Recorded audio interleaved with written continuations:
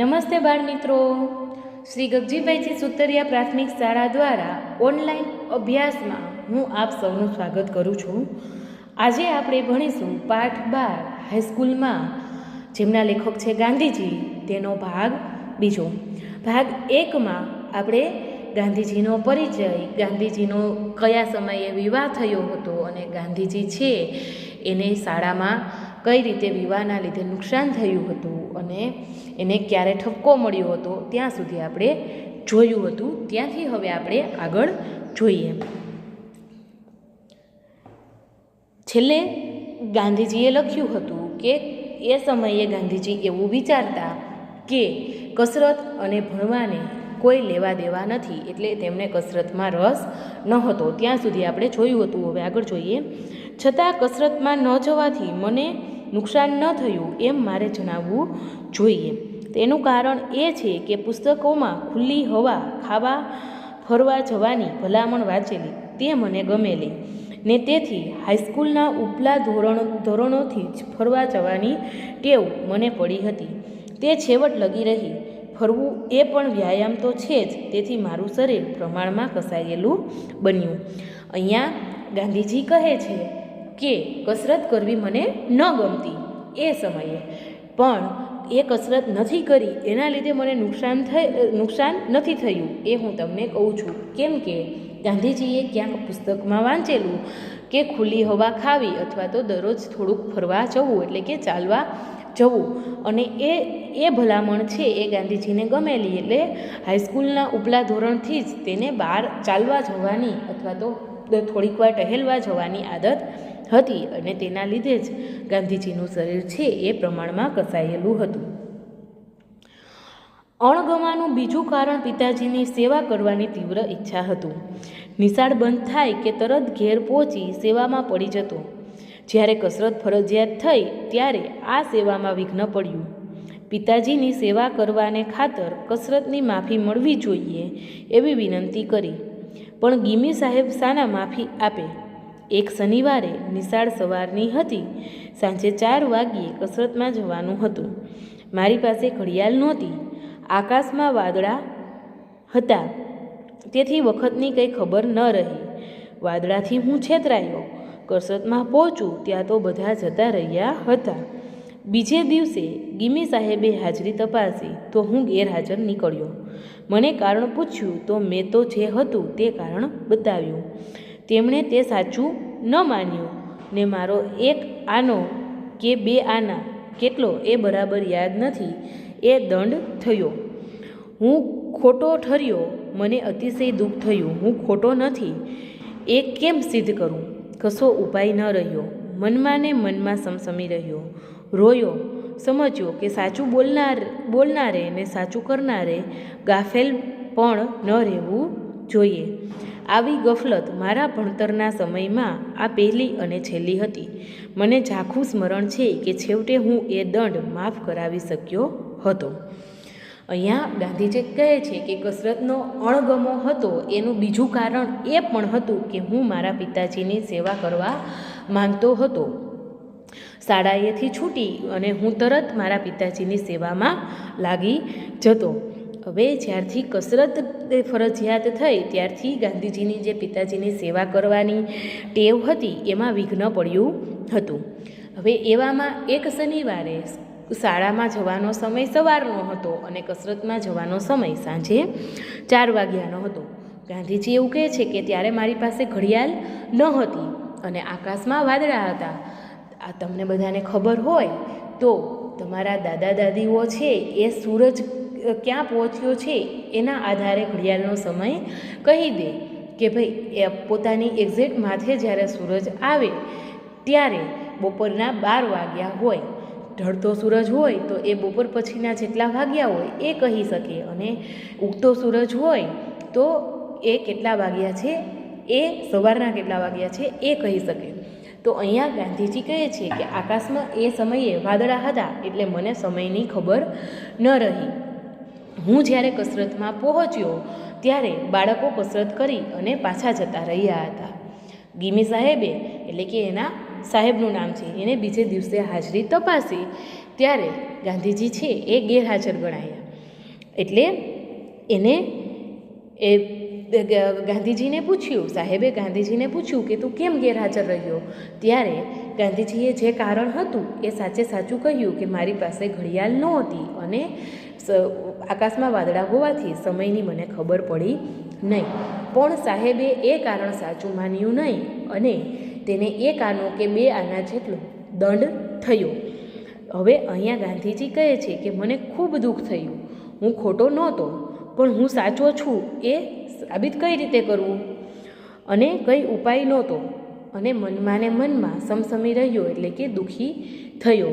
ત્યારથી જ એક વિચાર એ આવ્યો કે સાચું બોલનારે અને સાચું કરનારે ક્યારેય ગાફેલમાં પણ ન રહેવું જોઈએ, એટલે કે ગફલતમાં પણ ન રહેવું જોઈએ કે ભાઈ સમયની ખબર ન પડી કે આ તે એવું કંઈ પણ ન રહેવું જોઈએ જો સત્યના રસ્તા ઉપર ચાલવું હોય તો.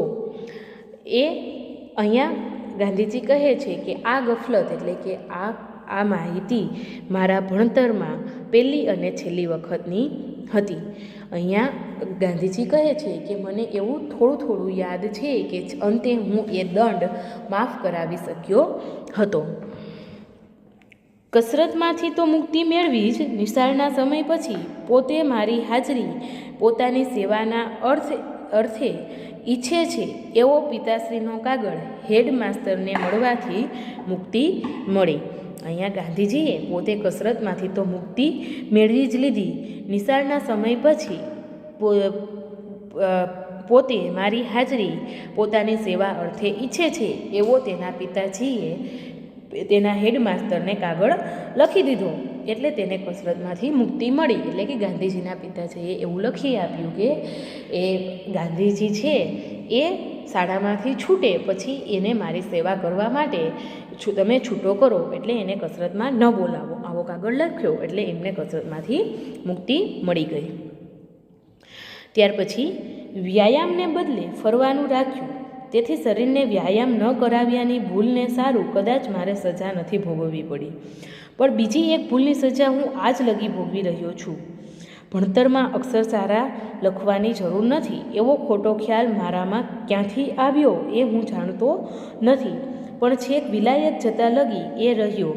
પછી અને મુખ્યત્વે કરીને દક્ષિણ આફ્રિકામાં જ્યાં વકીલોના અને દક્ષિણ આફ્રિકામાં જન્મેલા ને ભણેલા નવયુવકોના મોતીના દાણા જેવા અક્ષરો જોયા ત્યારે હું લજવાયો અને પસ્તાયો. મેં જોયું કે નઠારા અક્ષર એ અધૂરી કેળવણીની નિશાની ગણાવી જોઈએ.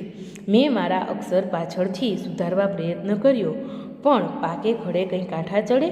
જુવાનીમાં જેની મેં અવગણના કરી તે હું આજ લગી નથી જ કરી શક્યો. દરેક નવયુવક અને યુવતી મારા દાખલાથી ચેતે ને સમજે કે સારા અક્ષર એ વિદ્યાનું આવશ્યક અંગ છે.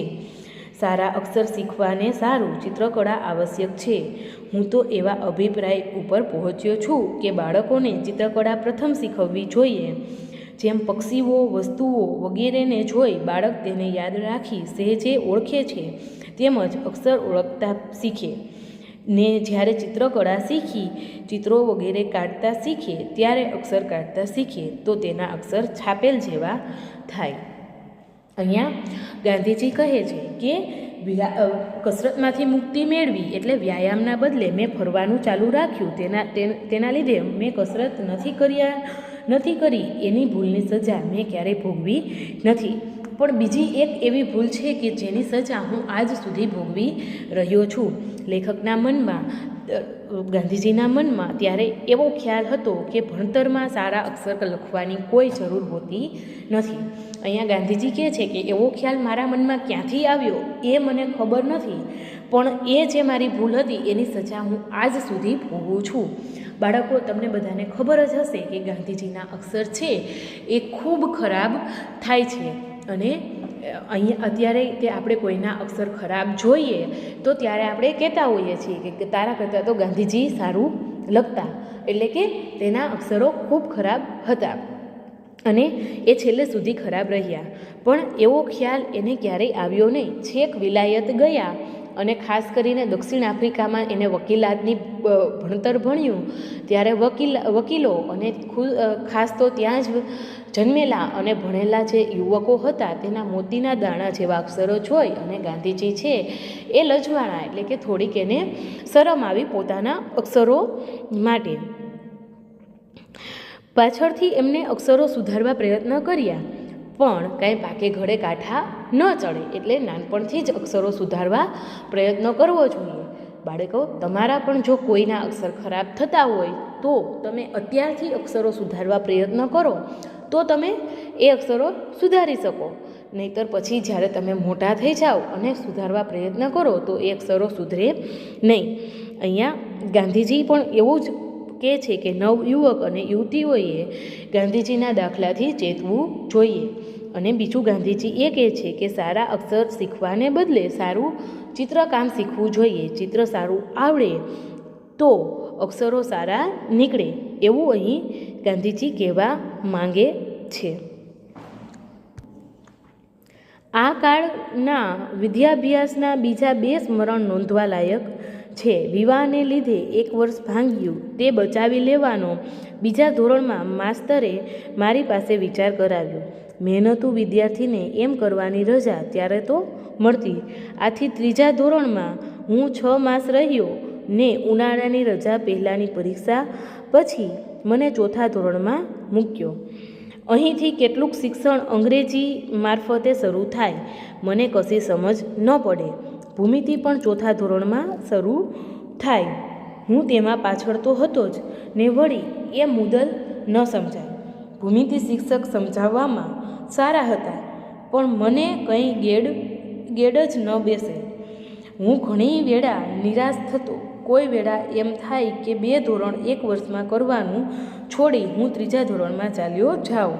પણ એમ કરું તો મારી લાજ જાય ને જેણે મારા ખંત ઉપર વિશ્વાસ રાખી મને ચડાવવાની ભલામણ કરી હતી તે શિક્ષકની પણ લાજ જાય. એ ભયથી નીચે ઉતરવાનો વિચાર તો બંધ જ રાખ્યો. પ્રયત્ન કરતાં કરતાં જ્યારે યુક્લિડના 13મા પ્રમેય ઉપર આવ્યો ત્યારે એકાએક મને થયું કે ભૂમિતિ તો સહેલો વિષય છે, જેમાં કેવળ બુદ્ધિનો સીધો ને સરળ પ્રયોગ જ કરવાનો છે, તેમાં મુશ્કેલી શી? ત્યારબાદ હંમેશા ભૂમિતિ મને સહેલો અને રસિક વિષય થઈ પડ્યો. અહીંયા લેખક એટલે કે ગાંધીજી કહે છે કે આ કાળના એટલે કે પોતે ભણતા એ સમયના બીજા 2 સ્મરણ છે એ નોંધવા લાયક છે. વિવાહના લીધે, લગ્નના લીધે 1 વર્ષ બગડ્યું તે બચાવી લેવા માટે 2જા ધોરણમાં માસ્તરે મારી પાસે એવો વિચાર કરાવ્યો કે 2 ધોરણ એક સાથે કરવા. એ સમયમાં જે મહેનતુ અને હોશિયાર વિદ્યાર્થીઓ હોય તેને એવું કરવાની રજા મળતી. એટલે ગાંધીજી છે 6 મહિના સુધી 3જું ધોરણ ભણ્યા અને ત્યાર પછી એના 6 મહિના છે એ 4થું ધોરણ ભણ્યા. હવે ગાંધીજી કહે છે કે 4થા ધોરણથી અમુક વિષયો છે એ અંગ્રેજીમાં આવતા અને ભૂમિતિ પણ 4થા ધોરણથી શરૂ થતું. હવે ભૂમિતિમાં ગાંધીજીને કંઈ ટપો ન પડે, કંઈ ગેડ જ ન બેસે, એટલે કે સમજાય જ નહીં. એ ભૂમિતિના શિક્ષક સમજાવવામાં સારા હતા પણ ગાંધીજીને કશું સમજાતું નહીં. એટલે ઘણી વખત એવું એમને થઈ જતું કે હું પાછો 3જા ધોરણમાં ચાલ્યો જાઉં, પણ એવું કરવામાં તેની લાજ જાય, એટલે કે તેને શરમ આવે.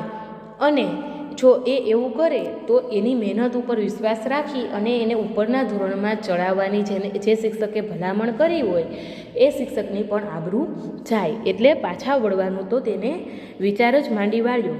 પણ પ્રયત્ન કરતાં કરતાં એ જ્યારે યુક્લિડના 13મા પ્રમેયમાં પહોંચ્યા ત્યારે અચાનક જ એને એવું થયું કે ભૂમિતિ તો સાવ સહેલો વિષય છે, એમાં ખાલી બુદ્ધિનો પ્રયોગ કરવાનો છે. અને ગાંધીજી કહે છે કે ત્યારબાદ હંમેશાને માટે ભૂમિતિ મારા માટે સહેલો વિષય બની ગયો. સંસ્કૃતે મને ભૂમિતિ કરતાં વધારે મુશ્કેલી પાડી.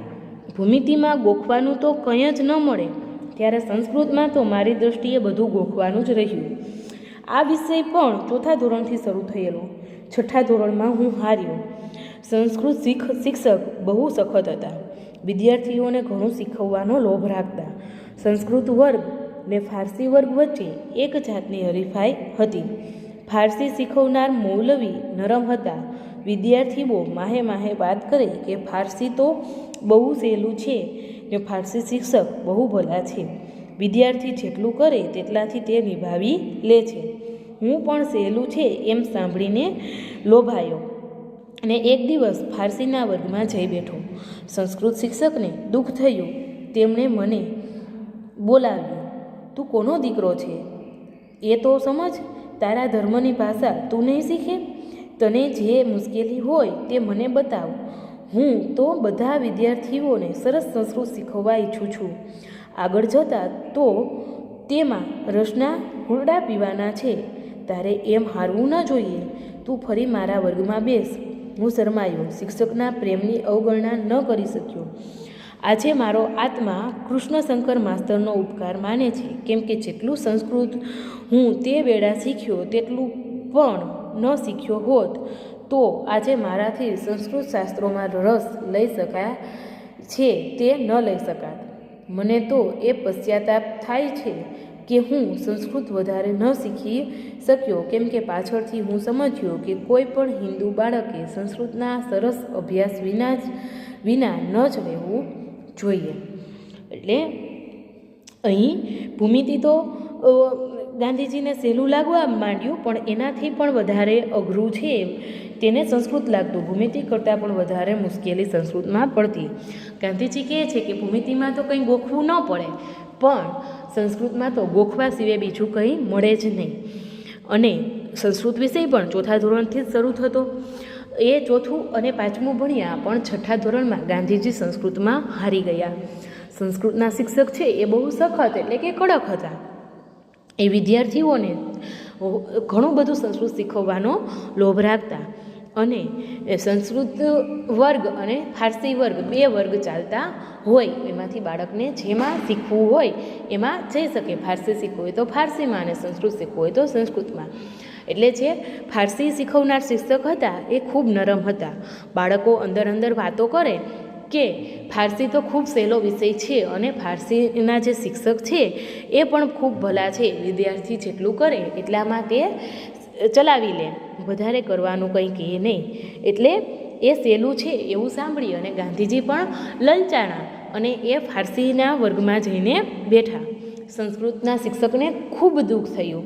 એને ગાંધીજીને બોલાવ્યા અને તેને કહ્યું કે તું કોનો દીકરો છે એ તો તું સમજ. તું તારા ધર્મની ભાષા નહીં શીખે? એટલે કે તારો જે ધર્મ છે, આપણો હિન્દુ ધર્મ છે, એની ભાષા સંસ્કૃત છે. હવે સંસ્કૃત જ શીખીએ નહીં આપણે તો આપણા ધર્મની ભાષા ન શીખ્યા ગણાઈએ. તો અહીંયા ગાંધીજીને ખૂબ શરમ આવે છે અને એ શિક્ષક પણ કહે છે કે તને અત્યારે સંસ્કૃત શીખવામાં મુશ્કેલી પડશે, પણ પાછળથી તો તેમાં રસના ઘૂંટડા જ પીવાના છે. અને એ ફરીથી પોતાના વર્ગમાં બેસવા કહે છે અને ગાંધીજી પણ પછી એના વર્ગમાં બેસે છે. અહીંયા ગાંધીજી કહે છે કે કૃષ્ણશંકર માસ્તર એટલે કે સંસ્કૃતના શિક્ષકનું નામ છે, એનો હું આભાર માનું છું, ઉપકાર માનું છું, કેમ કે એ સમયે જો હું સંસ્કૃત ન શીખ્યો હોત તો આજે સંસ્કૃત શાસ્ત્રોમાં જે હું રસ લઉં છું એ હું ન લઈ શક્યો હોત. અને અહીંયા ગાંધીજી એ પણ કહે છે કે મને તો એ પસ્તાવો થાય છે કે હું વધારે સંસ્કૃત ન શીખી શક્યો. એટલે અહીં ગાંધીજી બધાને એવી સલાહ આપે છે કે કોઈ પણ હિન્દુ બાળકે સંસ્કૃતનો સરસ અભ્યાસ કર્યા વગર ન જ રહેવું જોઈએ. હિન્દુ બાળક હોય, હિન્દુની ભાષા છે એ સંસ્કૃત છે અને જ્યારે ઉર્દૂ અથવા તો ફારસી ભાષા છે એ અન્ય ધર્મની છે. તો એ હિન્દુ ધર્મના બાળકે તો સારું સંસ્કૃત શીખવું જ જોઈએ. અને ગાંધીજીની આ સલાહ આપણને બધાને પણ લાગુ પડે છે. આપણે બધા અંગ્રેજીની પાછળ દોટ મૂકીએ છીએ, પણ આપણી ભાષા જે સંસ્કૃત છે એ શીખવામાં પાછા છીએ, અથવા તો આપણી માતૃભાષા અને રાષ્ટ્રભાષા શીખવામાં પાછળ છીએ. એવું નથી હું કહેતી કે અંગ્રેજી ન શીખવું જોઈએ, અંગ્રેજી શીખવું જોઈએ, પણ સાથે સાથે આપણી માતૃભાષા, આપણી રાષ્ટ્રભાષા અને આપણી બધી જ ભાષાઓની જનની સંસ્કૃતને પણ એટલું જ મહત્ત્વ મળે એવો પ્રયત્ન કરવો જોઈએ. તો બાળકો, હવે આપણે આગળ જોઈએ. હવે તો હું એવું માનું છું કે ભારત વર્ષના ઉચ્ચ શિક્ષણ ક્રમમાં સ્વભાષા ઉપરાંત રાષ્ટ્રભાષા હિન્દી, સંસ્કૃત, ફારસી, અરબી અને અંગ્રેજીને સ્થાન હોવું જોઈએ. આટલી ભાષાની સંખ્યાથી કોઈએ ડરી જવાનું કારણ નથી. ભાષા પદ્ધતિસર શીખવવામાં આવે અને બધા વિષયો અંગ્રેજીની જ મારફતે શીખવવાનો અને વિચારવાનો બોજો આપણી ઉપર ન હોય તો ઉપલી ભાષાઓ શીખવામાં બોજો નથી. એટલું જ નહીં પણ તેમાં અતિશય રસ રહેલો છે. વળી એક ભાષાને શાસ્ત્રીય પદ્ધતિથી શીખે છે તેને પછી બીજાનું જ્ઞાન સુલભ થઈ પડે છે. ખરું જોતાં તો હિન્દી, ગુજરાતી, સંસ્કૃત એક ભાષામાં ગણી શકાય, તેમજ ફારસી અને અરબી એક ગણાય. અહીંયા ગાંધીજી કહે છે કે હવે તો આ ઉંમરે તો હું એવું માનું છું કે ઉચ્ચ અભ્યાસમાં સ્વભાષા એટલે કે જે પોતાની માતૃભાષા છે એ સિવાય રાષ્ટ્રભાષા હિન્દી, સંસ્કૃત, ફારસી અને અરબી અને અંગ્રેજી આ બધાનું જ્ઞાન મળવું જોઈએ. આટલી બધી ભાષાના ઓલાથી કોઈએ ડરવાની જરૂર નથી. ભાષા જો વ્યવસ્થિત રીતે શીખવવામાં આવે તો ભાષા શીખવામાં કંઈ મુશ્કેલી નથી. અને અંગ્રેજીની મારફતે જ શીખવવો અથવા તો એવી જ રીતે વિચારવાનો જો બોજો બાળક ઉપર ન હોય તો ભાષા શીખવી ખૂબ સહેલી છે. અને એમાં એક ભાષાને શાસ્ત્રીય રીતે શીખીએ તો બીજી ભાષાનું જ્ઞાન છે સારી રીતે મેળવી શકીએ. અહીંયા ગાંધીજીની દૃષ્ટિએ હિન્દી, ગુજરાતી અને સંસ્કૃત એક ભાષામાં ગણી શકાય, જ્યારે અરબી અને ફારસી એને એક ભાષા ગણાવી શકાય. મેં તમને કહ્યું એની જેમ કે દેવી ભાષા અથવા તો બધી ભાષાઓની જનની સંસ્કૃત છે, આપણી રાષ્ટ્રભાષા હિન્દી છે અને આપણી માતૃભાષા ગુજરાતી છે. તો તમે જોશો કે સંસ્કૃત, હિન્દી અને ગુજરાતી એ ત્રણેય ભાષાઓ છે એના અમુક શબ્દો ક્યાંક ને ક્યાંક મેળ ખાતા હશે અથવા તો સંસ્કૃત ભાષામાંથી જ એ શબ્દો આવેલા હશે. ફારસી જોકે સંસ્કૃતને લગતી છે ને અરબી હિબ્રુને લગતી છે, છતાં બંને ઇસ્લામના પ્રગટ થયા પછી ખેડાયેલી છે. તેથી બંને વચ્ચે નિકટ સંબંધ છે. ઉર્દૂને મેં અલગ ભાષા નથી ગણી, કેમ કે તેના વ્યાકરણનો સમાવેશ હિન્દીમાં થાય છે. તેના શબ્દો તો ફારસી અને અરબી જ છે. ઊંચા પ્રકારનું ઉર્દૂ જાણનારને અરબી અને ફારસી જાણવું પડે એવું છે, જેમ ઊંચા પ્રકારનું ગુજરાતી, હિન્દી, બંગાળી, મરાઠી જાણનારને સંસ્કૃત જાણવું આવશ્યક છે. અહીંયા લેખક કહે છે કે ફારસી ભાષા છે એ પણ સંસ્કૃતને લગતી જ છે અને અરબી ભાષા છે એ હિબ્રુને લગતી છે, છતાં એ બંને ભાષા છે ઇસ્લામના પ્રગટ થયા પછી જ ખેડાયેલી છે. એટલે કે મુસ્લિમના થયા પછી જ એ ભાષા વધારે ખેડાયેલી છે. તેથી બંને વચ્ચે નિકટનો સંબંધ છે. અહીં ગાંધીજી ઉર્દૂ ભાષાને અલગ ગણતા નથી, કેમ કે તેનો વ્યાકરણનો સમાવેશ હિન્દીના વ્યાકરણમાં જ થયેલો છે. અને ઉર્દૂ ભાષાના જે શબ્દો છે એ ફારસી અને અરબી ભાષાના જ છે. એટલે જેને ઊંચા પ્રકારનું ઉર્દૂ આવડે છે એને અરબી અને ફારસી તો જાણવું જરૂરી જ હોય છે. જેવી રીતે ઊંચા પ્રકારનું ગુજરાતી, હિન્દી, બંગાળી અને મરાઠી જાણનારને સંસ્કૃત જાણવું આવશ્યક હોય છે, તેવી રીતના ઉર્દૂ જાણનારને ફારસી અને અરબી જાણવું જરૂરી હોય છે. આ પાઠ લેખકની આત્મકથા સત્યના પ્રયોગોમાંથી જ લેવામાં આવેલો છે. તો અહીં આપણે આ પાઠ પૂર્ણ કરી અને તેની શબ્દ સમજૂતી જોઈએ. જયેષ્ઠ એટલે કે મોટા, વૃત્તિ એટલે કે શિષ્યવૃત્તિ, સોરઠ એટલે કે સૌરાષ્ટ્રનો એક પ્રદેશ, ભાદર નદીની દક્ષિણનો સમુદ્ર સુધીનો જૂનાગઢ જિલ્લાનો પ્રદેશ, માનસિક એટલે કે ભાષા, ગણિત, વિજ્ઞાન વગેરે વિષયો, ગાફેલ એટલે પોતાના હિત કે લોભની ચિંતા કે વિચાર કરનાર, ગફલત એટલે કે ભૂલ, નઠારું એટલે ખરાબ, અવગણના એટલે કે ઉપેક્ષા અથવા તો ધ્યાનમાં ન લેવું તે, બીજું ધોરણ એટલે કે અગાઉનું સ્ટાન્ડર્ડ સેકન્ડ એટલે કે હાલનું જે છઠ્ઠું ધોરણ થાય ત્યારે એ સમયમાં એ બીજું ધોરણ ગણાતું, યુક્લિડ એટલે કે ઈસવીસન પૂર્વે 300માં ઇજિપ્તમાં એલેક્ઝાન્ડ્રિયામાં થઈ ગયેલા યુક્લિડ નામના અભ્યાસી, જેણે ભૂમિતિના કેટલાક સિદ્ધાંત સ્થાપ્યા છે. પ્રમેય એટલે કે ભૂમિતિના કોઈ એક સિદ્ધાંતને સાબિત કરવા માટેની તાર્કિક પદ્ધતિ. હિબ્રુ એટલે કે યહૂદી પ્રજાની પ્રાચીન અથવા તો મૂળ ભાષા. હવે પાઠના રૂઢિપ્રયોગો.